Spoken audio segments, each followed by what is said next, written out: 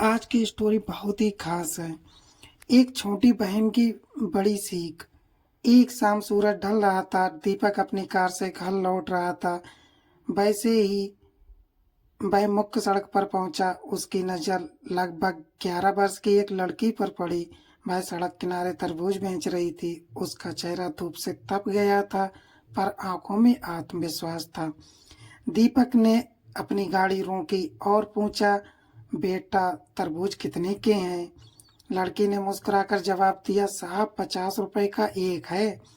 पीछे बैठी उसकी पत्नी माया बोली, इतना महंगा तरबूज नहीं लेना यहाँ से।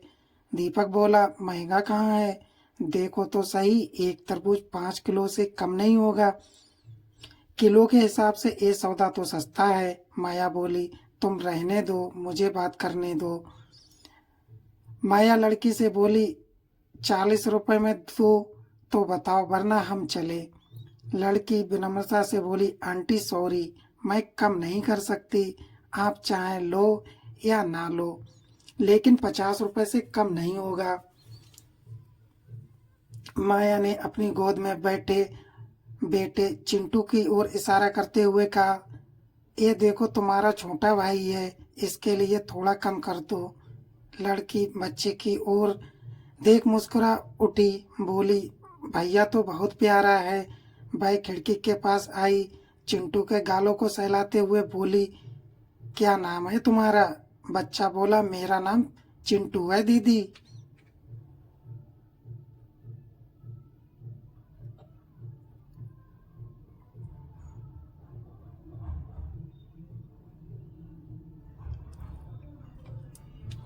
लड़की ने एक भारी तरबूज उठाकर उसके हाथों में दे दिया, लेकिन वजन तरबूज में बहुत अधिक था और हाथों से फिसल गया।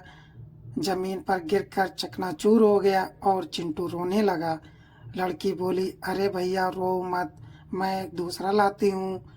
वह दौड़ कर गई और एक बड़ा सा तरबूज लेकर आई।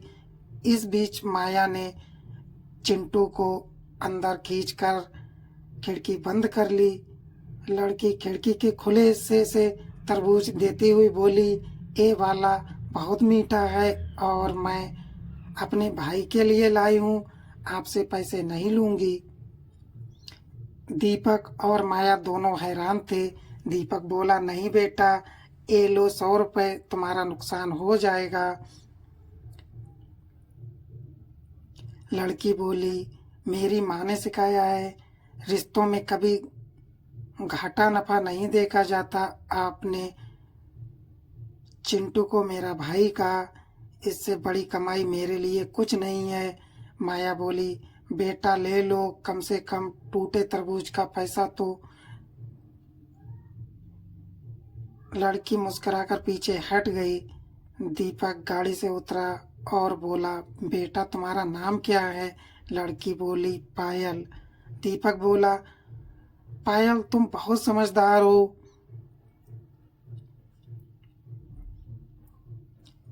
फिर लड़की की आंखें भर आईं। बोली, मेरे भी एक छोटा भाई था, 2 साल का, उसे रात बुखार आया था, सुबह तक अस्पताल नहीं पहुंच पाए और वो चला गया। 1 साल पहले पापा भी हमें छोड़कर चले गए, मम्मी और मैं अकेले रह गए। माया का मन भर आया। वह गाड़ी में गई और अपने बैग से एक जोड़ी पाजेब निकाली, जिसे उसने अपनी बेटी के लिए खरीदा था। लड़की की गोद में रखती हुई बोली, तू चिंटू को अपने भाई मानी, अब तू मेरी बेटी है, इसे रख ले बेटा, जब भी पहनेगी हमें याद करेगी। पायल ने इसे लेने से इनकार किया, लेकिन माया ने जबरदस्ती दे दी। दीपक ने गाड़ी स्टार्ट की और दोनों ने उसे हाथ हिलाकर अलविदा कहा। रास्ते भर दीपक सोच में डूबा रहा। कुछ समय पहले माया 10 रुपए के लिए मोल भाव कर रही थी, अब भाई 3,000 की पाजब देकर आई थी। उसे अचानक पायल की वह बात याद आ गई। रिश्तों में हानि लाभ नहीं देखा जाता। उसे अपने बड़े भाई के साथ चल रही संपत्ति विवाद की याद आई। उसने तुरंत अपने भाई को फ़ोन किया। भाई ने उठाया। क्या हुआ? दीपक बोला, भाई मेन मार्केट की दुकान आप रख लो, मैं दूसरी ले लूँगा, और बड़ा प्लाट भी आप ले लीजिए, मैं छोटा वाला ले लूँगा, मैं कल ही केस वापस ले रहा हूँ।